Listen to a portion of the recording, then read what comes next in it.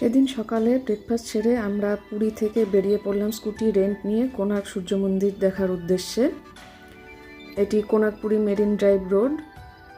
পুরী থেকে কোণার্কের দূরত্ব মোটামুটি 38 কিলোমিটার। এই রোড ধরেই আমরা পৌঁছে গেলাম সূর্য মন্দিরে। সেদিন ছিল 26শে জানুয়ারি, তো দেখেই বোঝা যাচ্ছে কীরকম মানুষের ভিড় ছিল, পুরো ওভার ক্রাউডেড।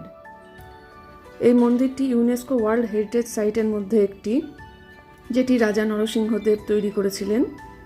এই মন্দিরের ভাস্কর্য অর্থাৎ আর্কিটেকচার ছিল দেখার মতন।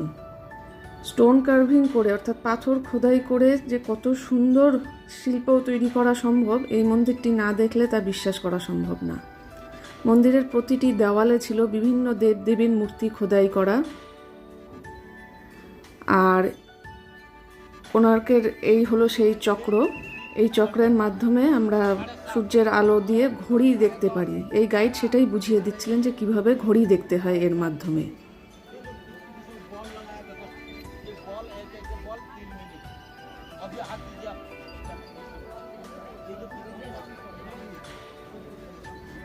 সব মিলিয়ে খুব অসাধারণ এক্সপিরিয়েন্স হলো আমাদের।